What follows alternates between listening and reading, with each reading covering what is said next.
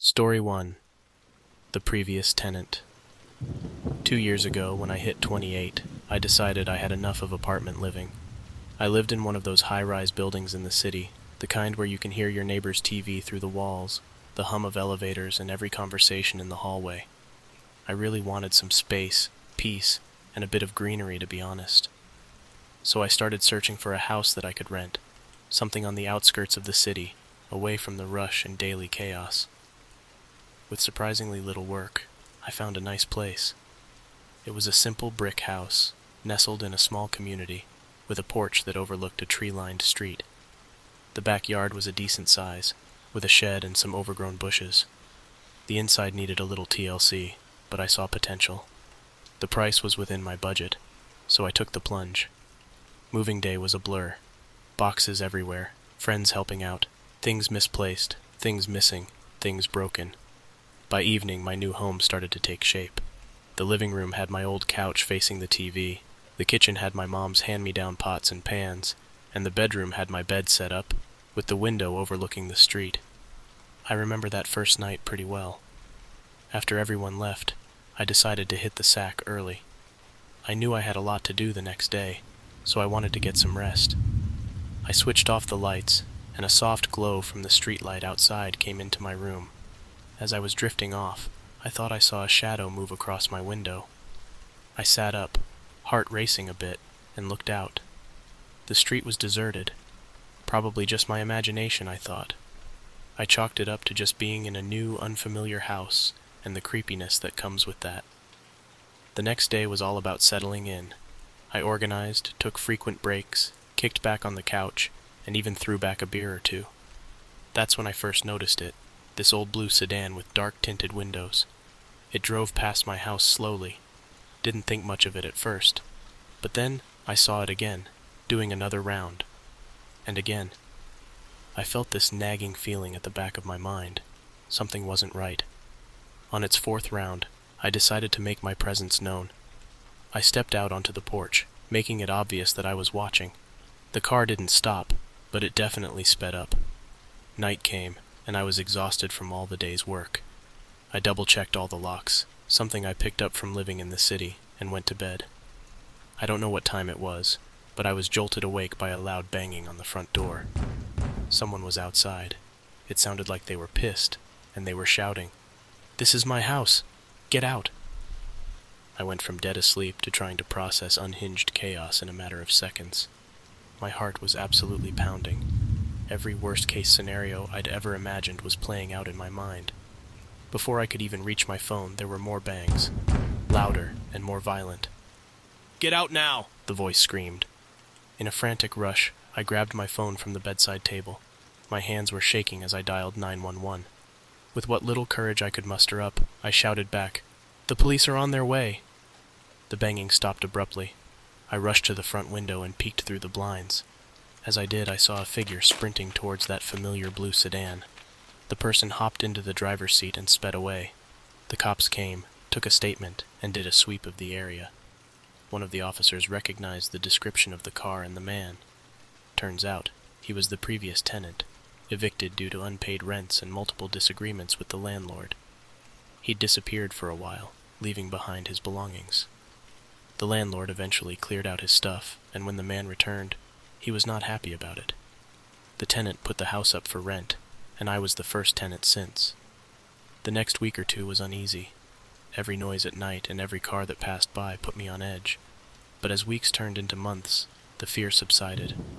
The old blue sedan was nowhere to be seen, and the previous tenant never showed up again. Life got into a rhythm, and I even got a dog. Other than those first 2 nights, my stay here at this house has been everything I wanted.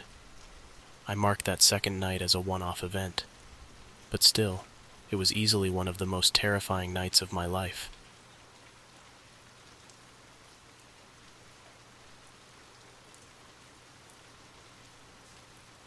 Story 2. Something was in the walls. At 25, I thought I had my life somewhat figured out. I'd just landed a decent job in a new town, and I was buzzing with the excitement of starting fresh.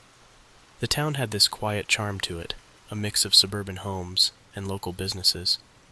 I had a friend that lived in that town in a one-bedroom apartment. He let me crash on his couch while I worked away trying to find a place to live. After a bit of hunting, I settled on a rental house that seemed perfect for my needs. Before I signed the lease, the landlord, an older gentleman with a stern face and graying hair, shared a tidbit that gave me pause. The previous tenant had been evicted for dealing drugs out of the house. He made it sound like everything happened pretty quickly. The previous guy was out, and I took over the place soon after. I appreciated his honesty, but it made me uneasy. Still, the place was great for the price, and I convinced myself that whatever had gone down before was none of my business. The first few days went smoothly. I explored the town, found a nice local gym, and even a coffee shop that made an impressive cappuccino. The house felt like home, and I was settling in well. Everything seemed pretty normal for the first few days. I got into a routine: work, gym, dinner, Netflix, sleep, repeat. On the Friday of that first week, after work, I decided to stop by the local convenience store. It had this old-school vibe, with neon lights and a bell that jingled every time the door opened. As I picked out a bag of chips, I could see someone approaching me out of the corner of my eye. Turning around, I was met by this huge guy. He was at least 6.5 feet tall, with broad shoulders and an intense look. He shot me a wide grin, introducing himself as Jake. He seemed overly friendly. His laugh was deep and echoed in the store, and he patted my back a bit too hard as we chatted. He asked about where I was from, what I did, the usual small talk. But then he suddenly invited me to play some pool at a local club that night. I wasn't too keen on the idea, so I made up a quick excuse about camping with friends that night. I said. That's actually why I'm here. I'm picking up some snacks for the trip. His eyebrows perked up a bit, as if oddly interested in that statement. Oh, so you won't be home tonight? He asked. Yeah, that's right, I responded, trying to end the conversation. The excuse seemed to work, almost a little too well. All right, man, well, have fun on your camping trip, he said. And with that, he patted me on the back one last time, abruptly turned, and walked away. Not trying to think too much into it, I finished up my shopping, paid for my things, and left. When I got home, I got a text from my buddy. Come on over and have some beers, he said. Not having anything else to do, I took him up on the offer. We talked about old times, had a few drinks, and before I knew it, it was way past midnight. He offered his couch, but I was stubborn. I had crashed on that couch one too many times already and wanted my bed. Too intoxicated to drive, I got an Uber, and the last thing I remember was falling face first onto my mattress. A few hours later, I was jolted awake. My head throbbed from the alcohol, but it was unmistakable. There was glass breaking coming from the back of the house, from the back door. I heard a click, and then the creak of the door opening. In a panic, I reached for my phone, but my hand knocked it off the nightstand. I scanned the floor but couldn't find it. My head was throbbing and everything was spinning. I could hear footsteps, and they were getting closer. Not being able to find my phone in the dark, I made a split decision and crawled to the closet. With the door closed, I tried to control my breathing and waited. There was nothing else that I could do. Then I began to hear large banging noises coming from the spare bedroom.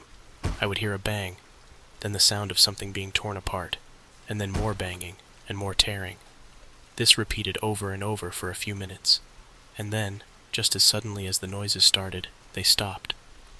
For a moment, there was an eerie silence, then hurried footsteps back towards the back of the house. I heard the back door shut, and then it was deafeningly silent. Emerging from the closet, I was met with a shocking sight. One of the walls in the back bedroom had a massive hole in it.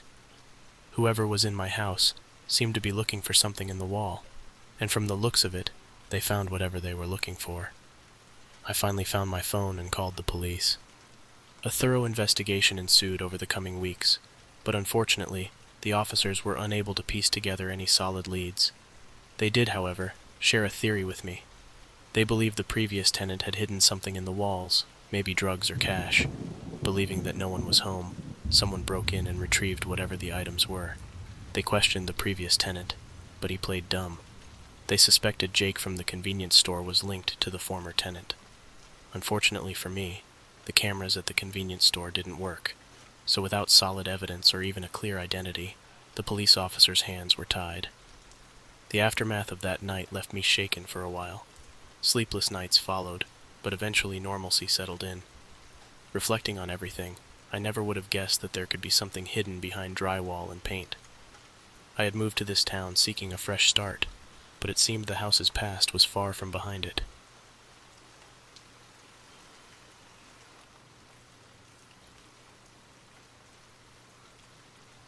Story 3. Apartment 407. Moving to the heart of the city had always been a dream for Clara and me. After months of searching, we finally settled on a nice apartment complex in the downtown area. The apartment had nice amenities like a rooftop garden, a state-of-the-art gym, and a spacious pool area. Our apartment, on the 4th floor, was a sprawling 2-bedroom space with floor-to-ceiling windows and a nice view of the pool below. The floor, we were told, only had a handful of tenants. That didn't bother us much. One of those tenants, however, seemed to be a mystery to us.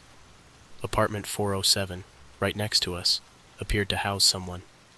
We'd often hear footsteps in the corridor, and the sound of the door opening and closing. But by the time we'd peek through our peephole, there would be no one there. One evening, while Clara was trying out a new recipe in our kitchen, an eerie moaning echoed from 407. It sounded like a blend of pain and sorrow, a sound that really gave us the chills. Concerned for our unseen neighbor, I decided to check on him. Stepping out, I knocked on the door. As soon as my knuckles made contact, the moaning stopped. I waited, feeling the weight of the silence, but no answer came. "Hello?" I said. "Is everything okay?" There was no response.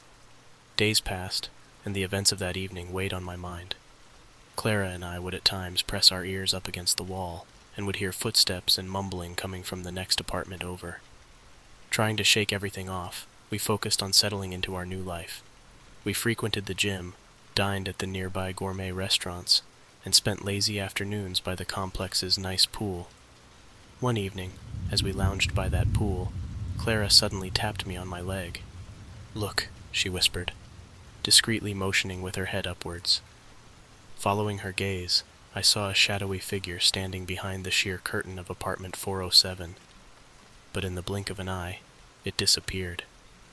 The sight was so fleeting that I would have dismissed it as a trick of the light had Clara not seen it too. Determined to get to the bottom of this, I decided to speak with the apartment manager, Mrs. Patterson. She was a sweet woman in her 50s, with silver streaks in her hair and a perpetual warm smile.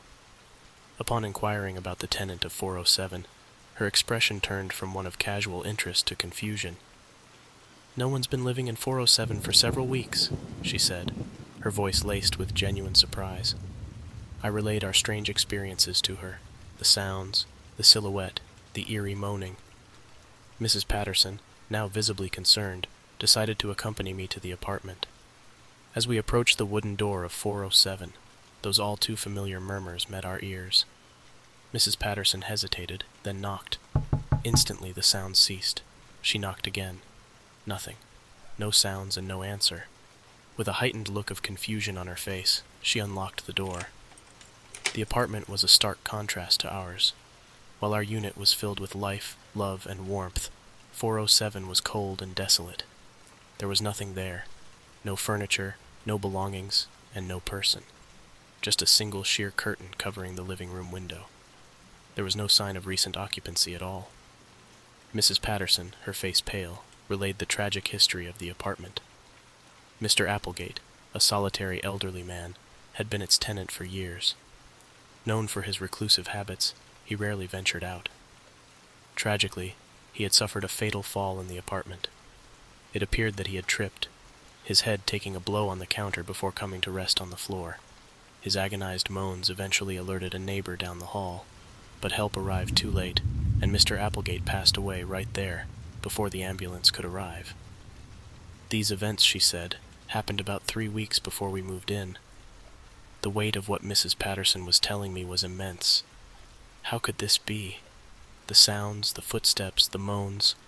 Someone had to be in that apartment, but there was no one. As I later relayed the revelation to Clara, I could see the blood run out of her face. "That's impossible," she said. "We're always hearing noises from that apartment." "I know," I said back to her. but the manager told me that there's been no one in that apartment for weeks, not since Mr. Applegate died. Deciding that this was a little bit too much for us to handle, we requested to be moved to a different room and floor. Mrs. Patterson, out of the kindness of her heart, accepted and moved us to the 6th floor. Life has resumed its rhythm in our new space. No noises, no footsteps, no murmurs or moans.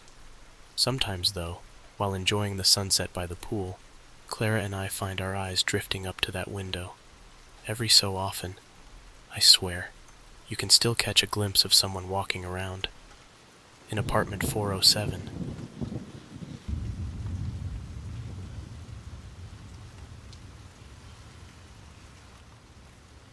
Story 4. The New Guy in the Neighborhood. A few years back, I moved into the house I'm living in now. At the time, it was a new development. It was one of those places where they planned to fill up the street with homes, but so far, it was just me and one other house across the street and a couple of lots down. The rest were just empty lots, which gave the whole street a kind of eerie, unfinished feel. One night, shortly after I moved in, I was reading a book in my bedroom when I decided to go to the kitchen to grab a drink of water. As I was drinking, I glanced out the front window and noticed some light coming from the direction of the neighbor's house. I hadn't met the neighbor yet, but knew that someone lived there. I joked to my friends that I was the new guy in the neighborhood, even though it was just me and the person across the street. Peering through the window, I could just make out a car parked outside, and what looked like a figure standing at the front door. It was too dark, and the figure was too far away to see any details, but I assumed it was my neighbor. I watched for a short time, but after little activity, I didn't think much of it, finished my water, and headed back to bed. Back in my room, I dove back into my book, but after about 5 minutes or so, a noise from the front of the house caught my attention. It was a subtle sound at first, so I brushed it off and tried to focus on my reading. I figured I was imagining things, telling myself that these new houses sometimes settle and make strange noises. But the noise didn't stop. In fact, it got louder. I rationalized to myself that it might be an animal, maybe a raccoon. Feeling a mix of annoyance and unease, I got up to check it out.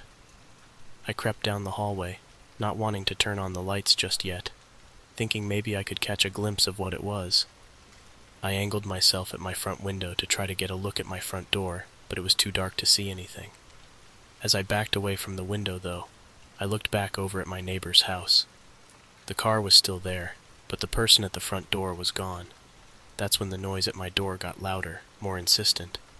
It had to be a raccoon, I thought to myself. I quietly inched my way over to the door. Without thinking much further, I switched on the porch light and yanked the door open at the same time, ready to confront a small animal. But it wasn't a raccoon.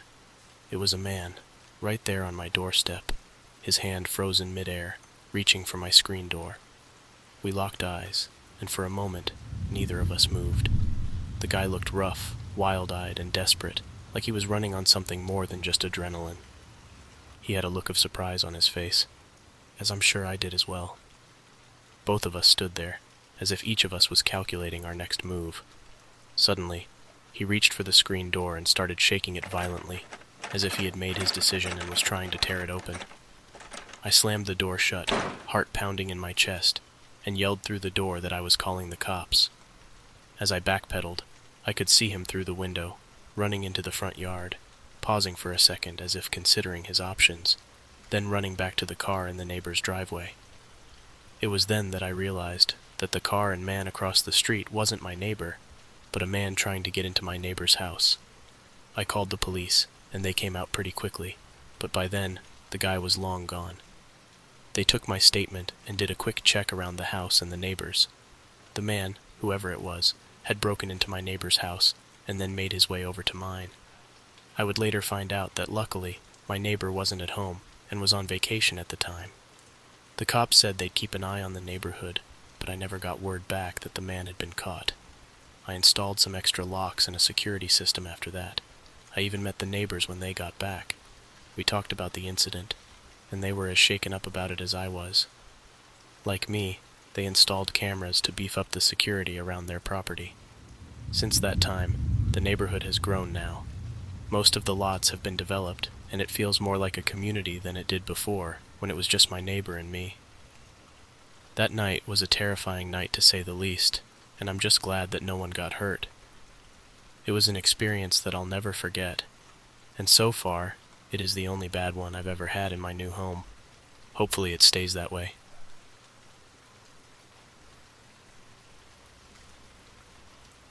Story 5. Footprints. Moving into my first house in my early 20s was a dream come true.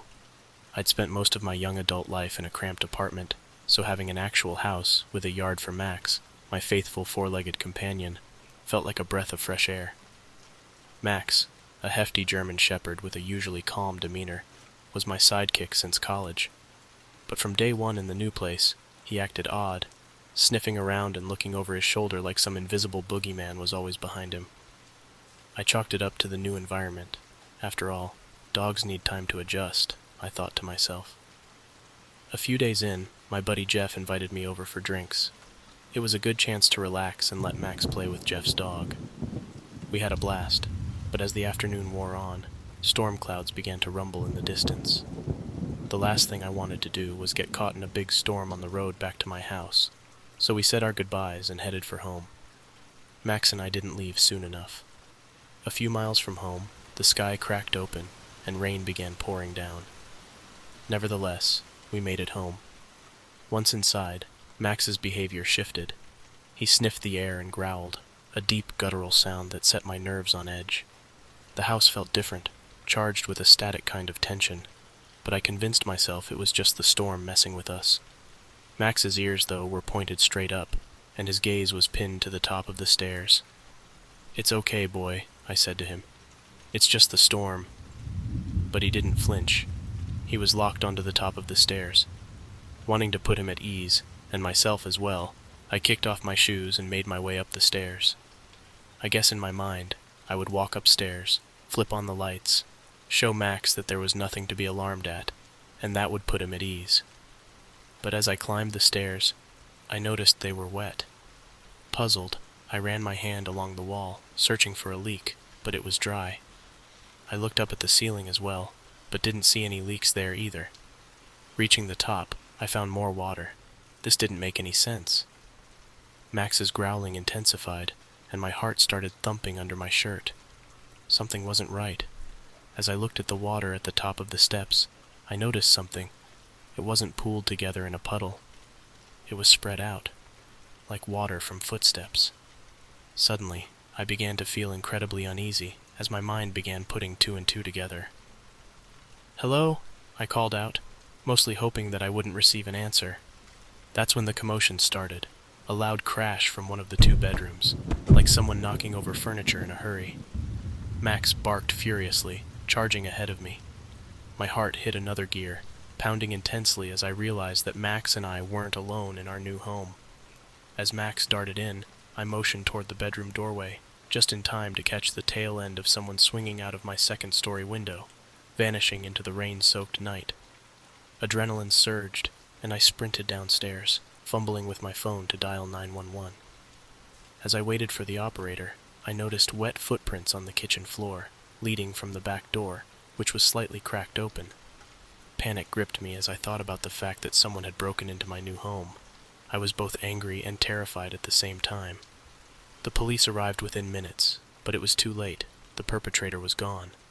They took my statement, snapping pictures of the footprints and the disheveled state of the upstairs bedroom. I felt violated, my sanctuary breached by some stranger. Weeks passed, and Max finally began to settle into our new home. Although still somewhat on edge, I too began to settle in and find peace there. Then one evening I got a call from an officer who had taken my statement. They caught a guy, a serial burglar responsible for a string of break-ins around the area. The soles of his shoes matched the prints in my house. The relief was almost overwhelming.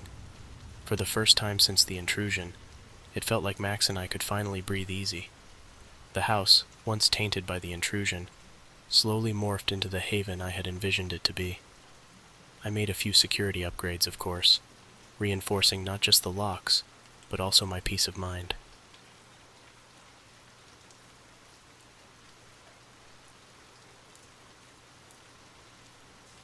Story 6. Betsy. Many years ago, I lost my job in the city and was grappling with mounting debts. Having been in a precarious financial situation, I found a little duplex to settle into. It wasn't my first choice, but given my dwindling savings, it was the best I could manage. There wasn't anything overly special about the duplex, and there was something creepy about it. However, with limited options and a sense of urgency to settle down quickly, I was determined to make the most of my new circumstances. From the first night, I realized there was something unsettling about the place. The walls were thin, and I could hear constant activity from the other side of the duplex. Muffled footsteps, faint murmurs, and most unsettling of all, the repeated mention of a name, Betsy. Looks like I've got a neighbor, I remember thinking to myself, albeit a peculiar one. There was never a car there, but I would hear the front door creak open and close shut at odd hours. But whenever I looked out the window, there was never anyone there. The sense of being adjacent to someone yet never seeing them added to my growing unease. About a month into my stay, Mr. Henderson, my landlord, made an unexpected visit. He was a heavy-set man with a straightforward demeanor, not one for unnecessary pleasantries. He inquired about how I was settling in with a tone that was direct, yet not unfriendly. Sensing a chance to address my growing concerns, I immediately brought up the subject of my mysterious neighbor. "There's been a lot of noise from next door," I told him, "and someone keeps mentioning the name Betsy. It's really weird." Mr. Henderson looked at me with a puzzled expression on his face. "That's impossible," he said, his brows furrowing. "The other side has been empty since Mr. Phelps passed away 3 months ago." His words caught me completely off guard. "But I've been hearing noises every day. And the front door—" But before I could finish, Mr. Henderson had turned and was already heading for the other side of the duplex. As he unlocked the door, a musty, stale air flooded out of the room. The place was barren. There was no furniture, no TVs, no nothing, and there certainly wasn't any sign of recent habitation. As we stood in the silent, empty space, Mr. Henderson turned and looked at me. His expression then was one of skepticism. "Old Mr. Phelps lived here for years," he said. "He was a recluse, especially after his wife passed away." He paused for a moment, then continued. "Her name was Betsy. He never really got over her death." The name Betsy echoed in my head, intertwining with the whispers I'd heard through the walls. The coincidence was too great, and a sense of horror settled over me. Eventually, Mr. Henderson left. But in the following days, the noises continued. Footsteps pacing back and forth, the soft but distinct murmurings through the wall, and that unnerving repetition of the name Betsy. It became too much. I mustered up the courage to call Mr. Henderson, asking him if there was any way I could break the lease early. His response was pragmatic. "I understand your concerns. If it's really that bad, I'll let you out of the lease, provided we can find someone to take your place."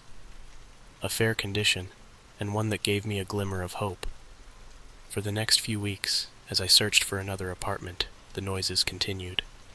The mentions of Betsy grew more frequent, and sometimes, in the dead of night, I would hear a depressing wailing that seemed to seep through the very fabric of the building. I never felt alone in that duplex. The atmosphere was always heavy, not in a malevolent way, but more in a mournful way.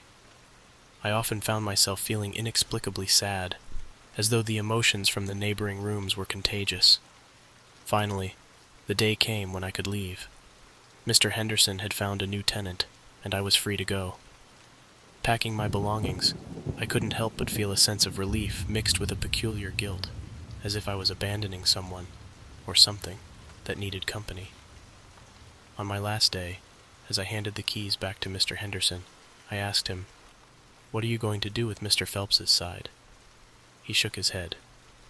"I don't know. I haven't had any luck renting it out. Seems like people can sense something off about it." I nodded, understanding all too well. I never found out if anyone ever moved into that part of the duplex. Sometimes I still think about the voices and the name Betsy, and I wonder if Mr. Phelps and his beloved wife ever found peace.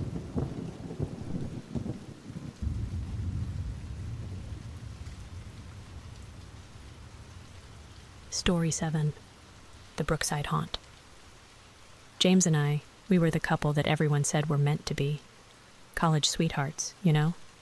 He was the perennial calm to my ever-whirling storm.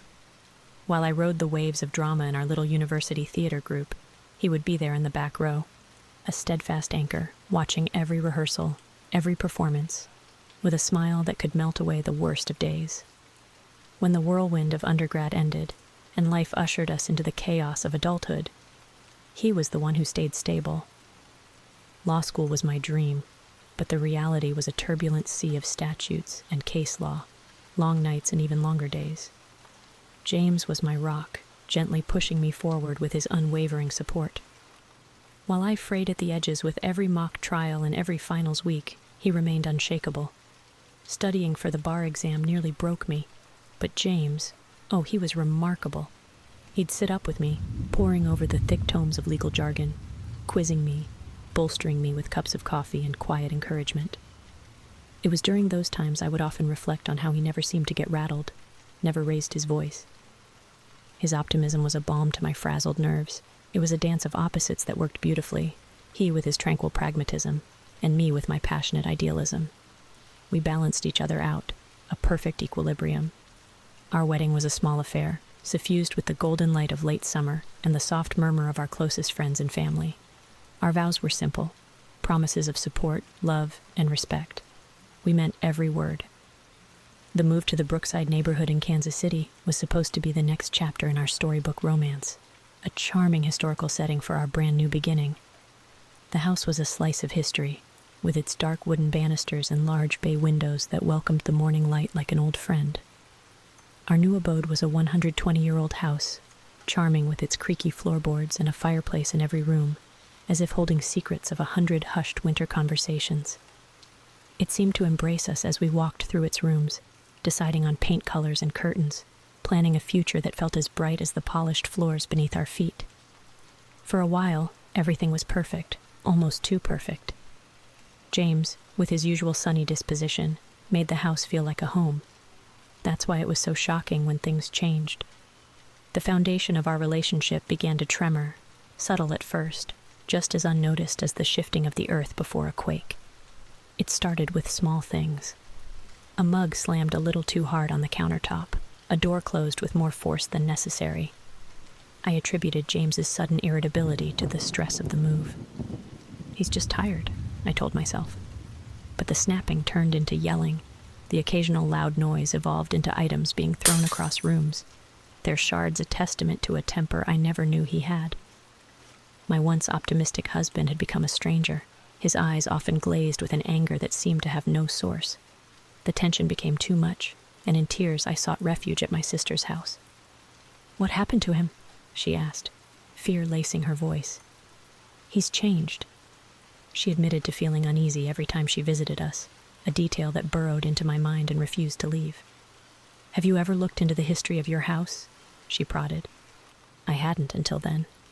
I started digging, spending nights combing through property records and local archives. The house's past flickered before me through yellowed papers and faded photographs. In the 1950s, it was home to another married couple, their smiles frozen in time. The woman's trail continued into the 1990s, ending in a nursing home. Her husband, however, vanished after 1955, with a single police report hinting at a disturbance, an argument swallowed by time. The more I uncovered, the more I became obsessed. The search led me to their granddaughter, a woman in her 60s with eyes that hinted at family secrets.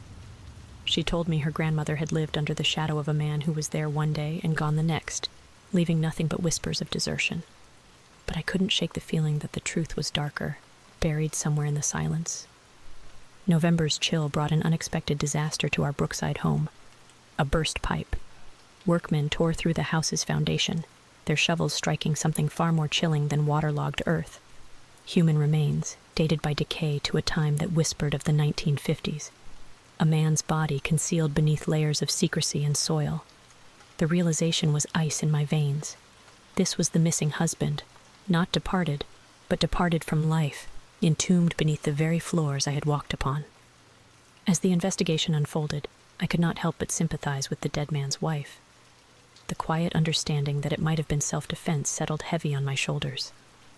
Yet, the fear that gripped me was not just for the long-dead couple, but for myself. Was James's anger a reflection of the evil that once resided within these walls? Was the house revealing or inducing our worst nature? I refused to stay and let history repeat itself. I urged James to leave, to escape the influence of the house. When he did, the transformation was astonishing. The man I married returned, as if he had been locked away, a prisoner within his own rage. It's been a month since the body was found. James and I have decided to give our marriage another chance, far from Brookside and its haunting legacy. We've started to rebuild on foundations of trust and understanding, laying to rest the fears and anger that had once threatened to consume us. Sometimes, in the quiet of the evening, I wonder about the spirits that might have shared our home, and if, in their own twisted way, they led us to a greater appreciation of our bond. We'll never return to that house, but I carry its lesson with me, the importance of knowing the soil where you plant your dreams, for some ground nourishes while other ground poisons. In the end, we've come full circle. A husband and wife, united not just by love, but by an experience that tested the very fabric of our being. We found peace in a new home, with no secrets buried beneath our feet, just the promise of tomorrow and the certainty that whatever darkness we faced, we overcame it, together.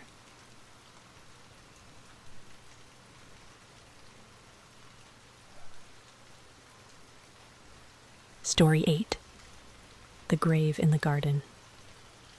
I've always loved Halloween, the spooky decorations, eerie tales, and the thrill of the unknown. So moving into our new house right before Halloween felt oddly perfect. The house was an old Victorian-style place, with creaky floors and a sprawling, unkempt garden. Its charm was undeniable, though it carried an air of mystery, almost like it held secrets in its walls. Our dog, Jack, a usually calm golden retriever, seemed unnervingly unsettled from the day we moved in. He'd whine at night, pacing our room, but it was his behavior in the backyard that truly worried us. He'd obsessively dig at a particular spot, a patch under a gnarled old apple tree. Despite our efforts to distract him, fill the hole, or even barricade the area, Jack would return, digging frantically, his barks filled with desperation. Halloween arrived with a gust of cold autumn air, the leaves around our house a fiery palette of reds and oranges. Kids in costumes roamed the streets, and we, trying to embrace the spirit, set up decorations and prepared candy. But as dusk fell, Jack's barking intensified, echoing eerily against the howling wind. Unable to ignore it any longer, I grabbed a flashlight and strode towards the tree. What I saw sent a chill down my spine. Jack had dug a large, gaping hole, and in it, I could see the edge of something. It looked like fabric. With my heart pounding, I knelt down, the smell of damp earth heavy in the air. Brushing aside the soil, I uncovered a horrifying sight. A human hand, decayed and skeletal, fingers curled as though clawing, grasping its way out from the grave. The image of the hand, desperately reaching out as if striving to escape the earthen prison, was a terror so profound it etched itself forever into my mind. That night, the police swarmed our yard, like a scene from a nightmare you can't forget. Flashing lights pierced the darkness. Officers and detectives, their faces grim and focused, moved about, cordoning off the area around the old apple tree.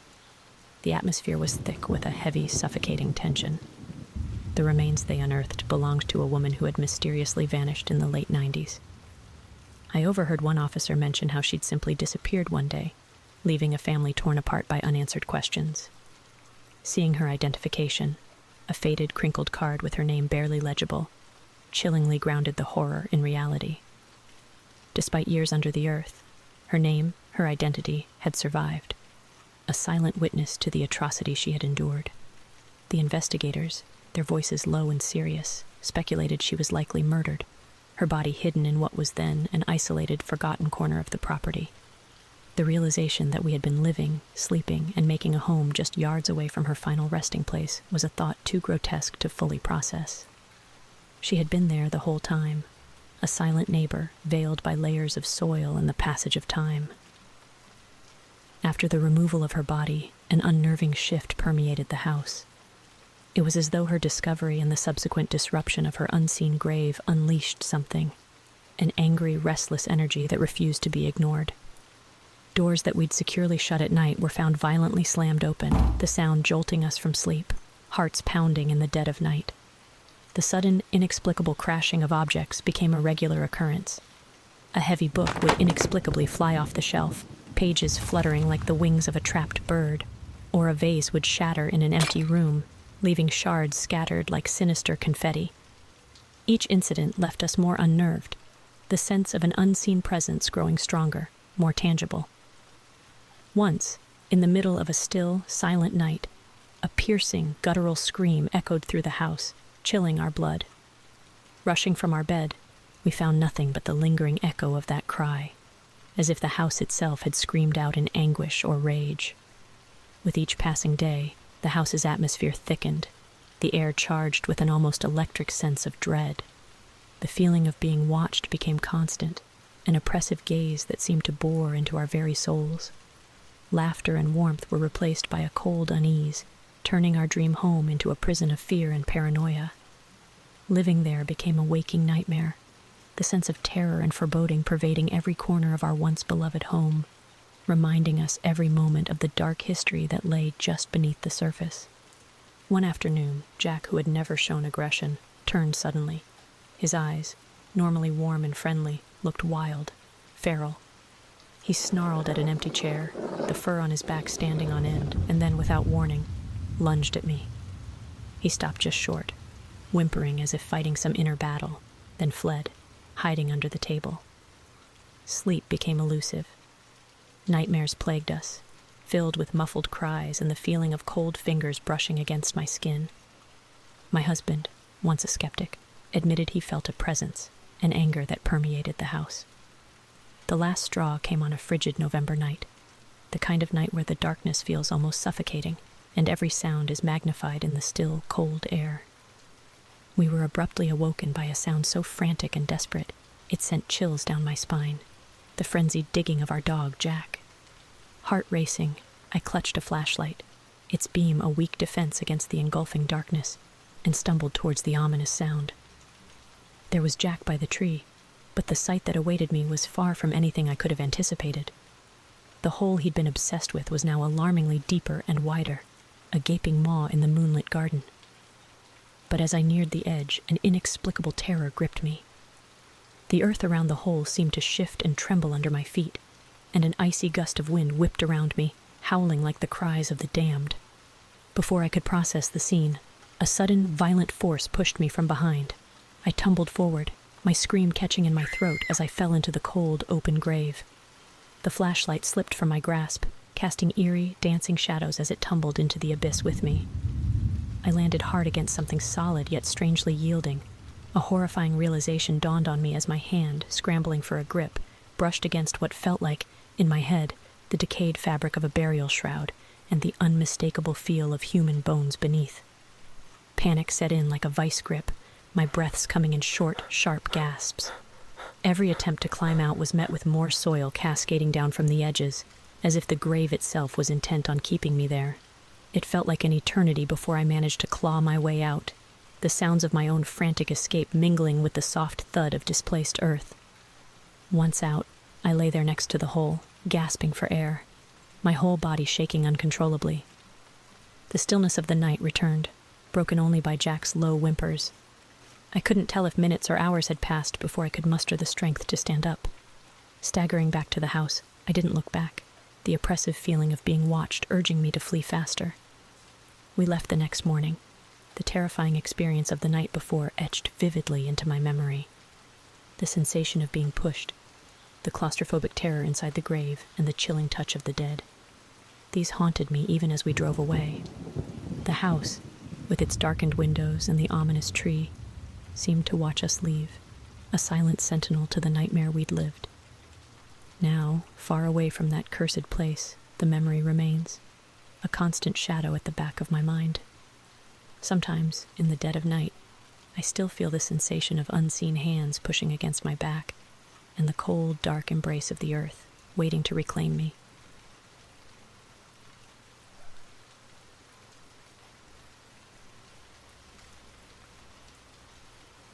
Story 9.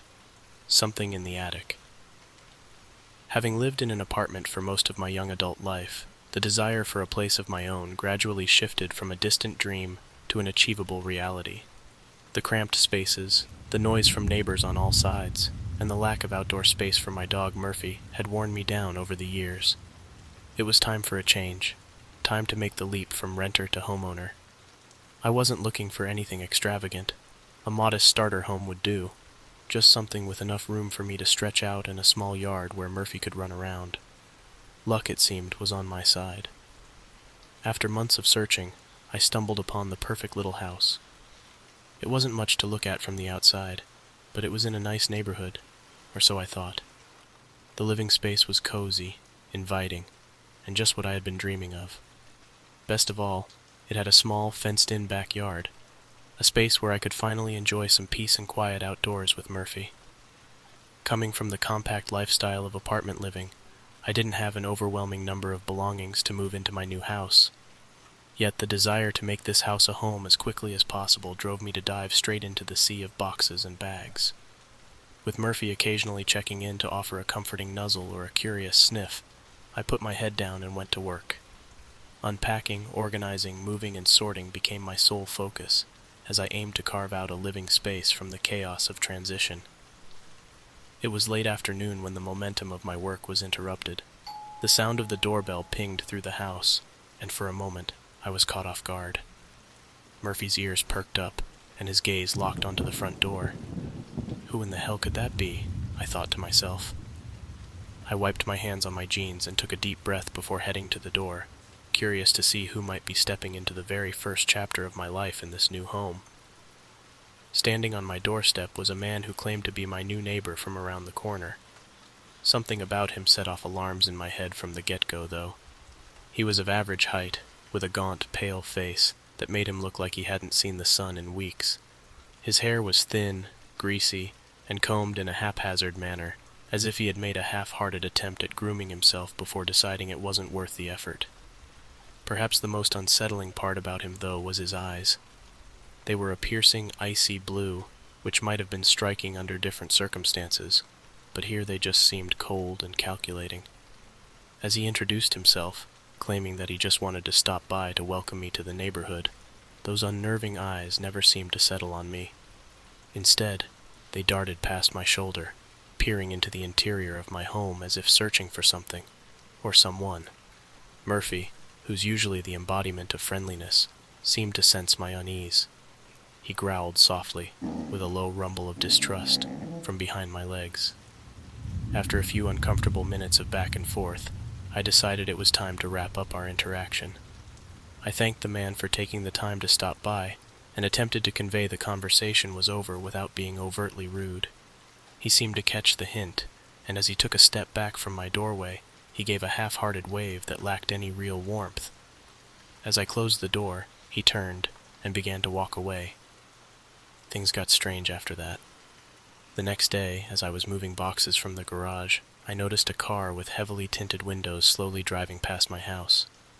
Once, twice, 3 times. It was odd. Was it a neighbor? Somebody looking for an address? I wasn't sure. The thought of the creepy neighbor from the day before did enter my mind, but at the time I was so focused on unpacking that I didn't recall if he had arrived by car or on foot. Nevertheless, I continued about my work. That night, I decided to make a quick grocery run. Murphy wasn't quite familiar with the new surroundings yet, so I thought it was best to just tuck him away in his kennel while I was gone. As I was pulling out of my driveway, I saw the same car from earlier parked further down the street. Something in my gut felt wrong. I felt like I was being watched, but I didn't know what else to do, so I continued on to the grocery store. When I got back, the first thing I noticed was that the creepy car that was parked down the street was now gone. But as I opened my garage, a chill ran down my spine. Boxes were scattered everywhere. The pull-down stairs to the attic hung ominously open, and fragments of attic insulation were strewn across the floor. Undeniable evidence that someone had invaded my home. My heart pounding, I rushed inside to find Murphy still in his kennel, trembling with fear and anxiety. It was then that I noticed the back door, kicked in, hanging off its hinges. I didn't think twice. I grabbed Murphy and bolted outside while I called the cops. The police arrived quickly, but it was clear from their search that whoever had broken in had already left. In the attic, amidst the chaos of thrown-about insulation, they found a hidden spot that had clearly been disturbed recently. The officers theorized that someone had been using my house, while it was vacant, to hide something. And now, with me moving in, they had taken the chance to retrieve whatever they'd stashed. I recounted the story of the odd neighbor and the mysterious car. In the days that followed, the police canvassed the neighborhood, but no one knew anything about the man or the vehicle. The intruder was never caught. Following that unnerving incident, I took immediate steps to ensure the safety of Murphy and myself. I replaced all the locks with sturdier, more secure versions, and installed a state-of-the-art security system to monitor every nook and cranny of our home. Looking back on the ordeal, my greatest relief is that nothing happened to Murphy or me. It was a harsh welcome to what was supposed to be our new home, but it appeared that the intruder got whatever they came for, and had no reason to return. As the months passed, the terror of that day slowly receded. Despite the rocky start, Murphy and I finally found peace and happiness in our new environment. The house has truly transformed into a home now, a place where Murphy and I spend countless hours playing in the backyard.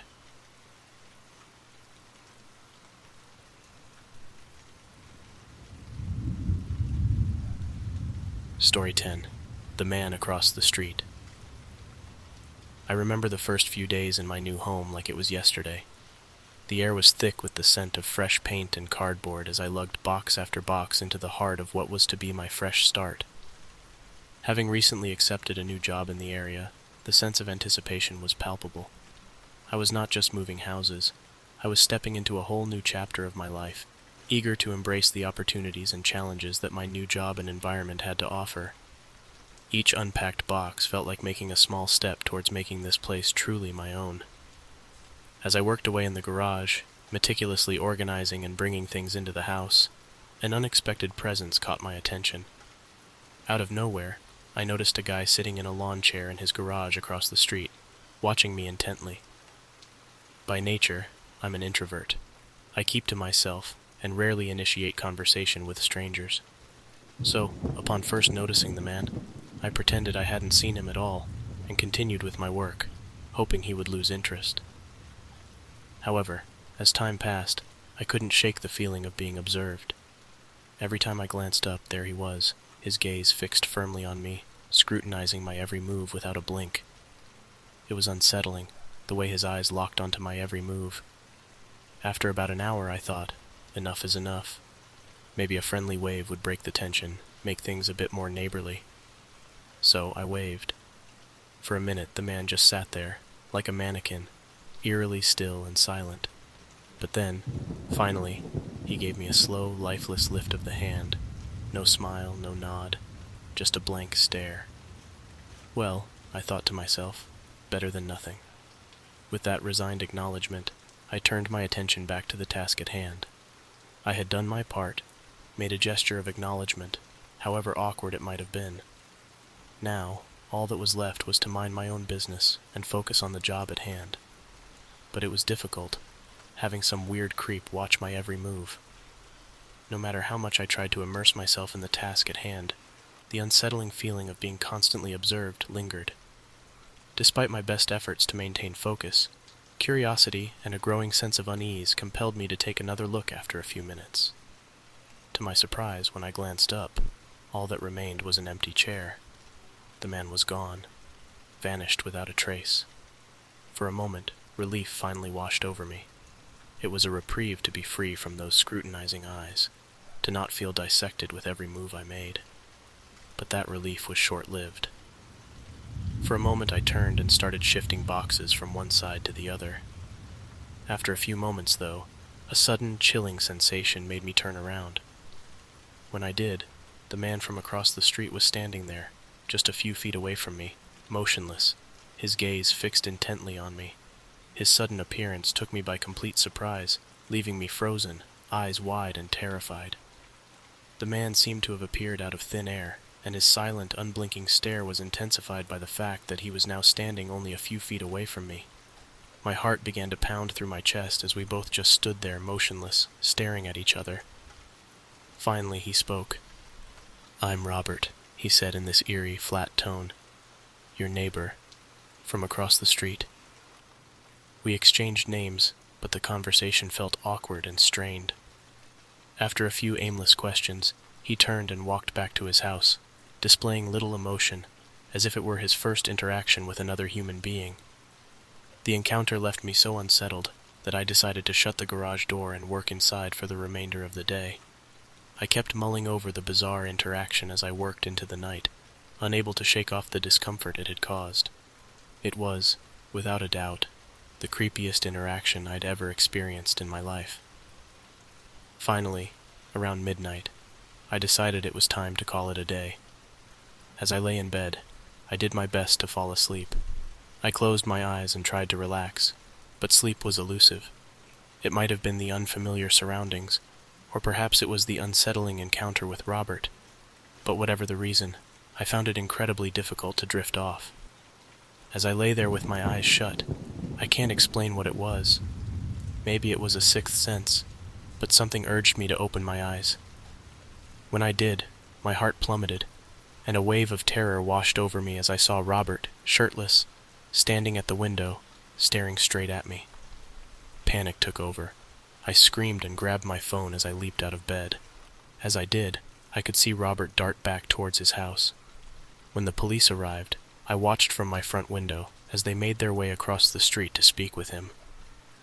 As they approached, another man answered the door. I could see him talking to the officers, his body language becoming increasingly agitated, as if he were deeply apologetic. The sight of him, so visibly upset, added another layer of complexity to the already unnerving situation. Eventually, the story of Robert finally unfolded. Robert had a long history of mental illness. The man at the door turned out to be his brother. He was simply trying to take Robert in and look after him, doing his best to manage a troubling situation. It became clear that he was grappling with the weight of Robert's issues, striving to provide care and stability in the midst of challenging circumstances. In the end, I didn't press charges. The last thing I wanted was to make a difficult situation worse. The following day, Robert's brother came over and apologized profusely. He provided a bit more detail about Robert's situation and assured me he would do his utmost to ensure nothing like that happened again. I understood the complexity of the circumstances and told him not to worry about it, expressing my hope for a peaceful resolution for both of them. Eventually, Robert was readmitted to a mental institution, seeking the professional help that his brother could not provide. This step, though difficult, was necessary for his well-being and safety, ensuring he received the care and support needed to address his condition. Years have passed since then. I've seen Robert a couple of times when he's visited his brother, but we've never spoken again. I've now settled into my new home and job, and I genuinely enjoy where I live. I haven't had any other problems, and life has found a comfortable routine. But as long as I live, I'll never forget that first day in my new home. It was a crazy experience, one that I'll never forget.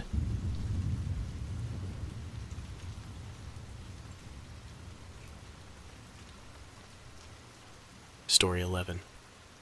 Our son's new friend. Many years ago, my wife and I made the decision to leave behind the cramped, relentless pace of city life. We wanted space, quiet, and a place where our son could run and explore without the constraints of concrete walls. So, after some searching, we found a beautiful home on the outskirts of town that seemed to call out to us. It was perfect, with more than enough room for the three of us. The house had a beautiful, sprawling front yard, where we envisioned summer barbecues and games of catch. It was a place where our son could tumble in the grass and chase after bugs.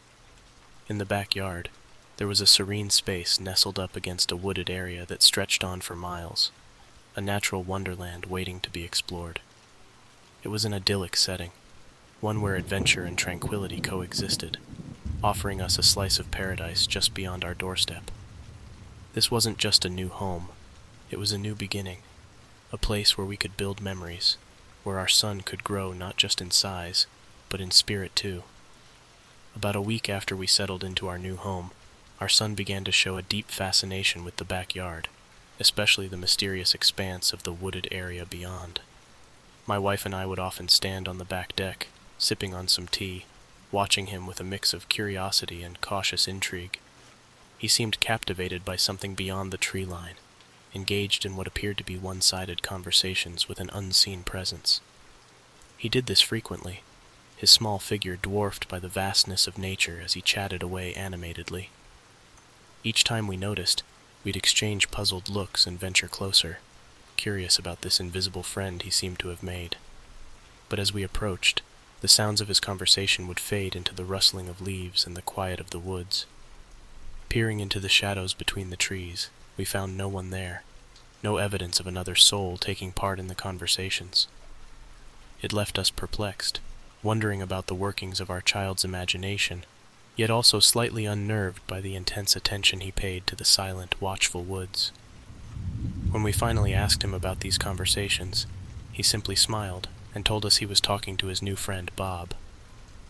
Part of me wanted to laugh it off, attribute it to the creative workings of a child's mind, a figment of his vibrant imagination. Yet there was something about the way he said it, with a certainty and fondness, that gave us pause. Chalking it up to just a kid's overactive imagination, we nonetheless couldn't shake off a sliver of worry that lodged itself in our thoughts. It's one of those unspoken fears that you try to dismiss but can't entirely escape. So, my wife and I agreed, without needing to say much, that we would keep a more vigilant watch whenever he ventured near the woods. One night, I was startled awake by what I believed to be the sound of slow, cautious footsteps on our deck. My heart skipped as I sat up and strained my ears, hoping it was just my imagination. Not wanting to disturb my wife or alarm our son, I eased out of bed and tiptoed downstairs, moving as quietly as possible.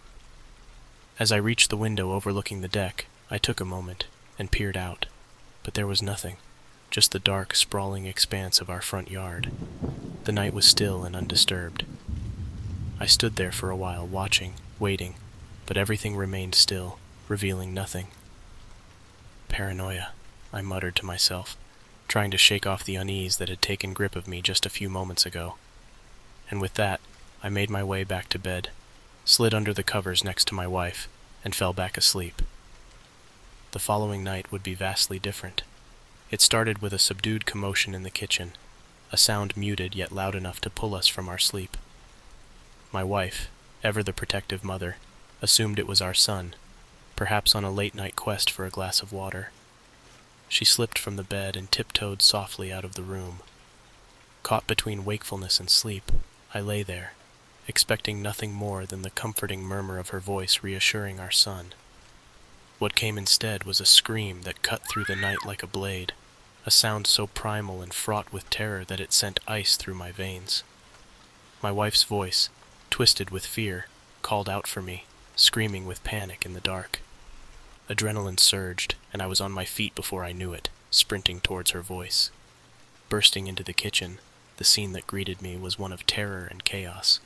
The back door was wide open, and there, on the other side of the threshold, was a figure, a man, retreating into the night. My body acted on impulse, and I gave chase. As I leaped off the back deck in pursuit, I misjudged the distance to the ground in the darkness, and fell.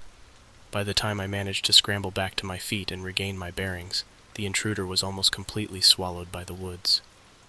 As I rushed back inside, my wife had already made her way to our son's bedroom to ensure his safety. Thankfully, he was unharmed.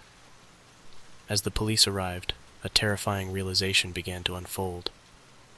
"It was Bob! It was Bob!"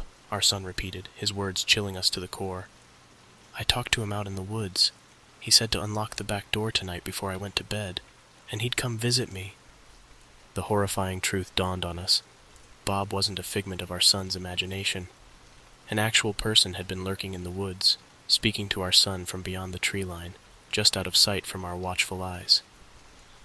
The police made their way into the tree line that night, pushing as far as they could into the dense foliage. The next day, a more thorough search was conducted, and it led to the discovery of an abandoned campsite about half a mile into the woods. There was little doubt in our minds that it belonged to Bob. By then, though, he was long gone, never to be seen again. Following that incident, we left nothing to chance with our new home's security. We installed an alarm system and established strict rules for outdoor play. Our son was expressly forbidden from nearing the tree line unless he was within arm's reach of either his mother or me. The incident initially made settling into our new home a challenging endeavor. However, with time, we managed to adjust. Our son has since grown up, now a young man capable of looking after himself for the most part. My wife and I continue to reside in the home to this day, and despite everything, we have no regrets about moving there. Nonetheless, we remain vigilant and cautious, always aware of the unknowns that may hide within the darkness of the woods behind us.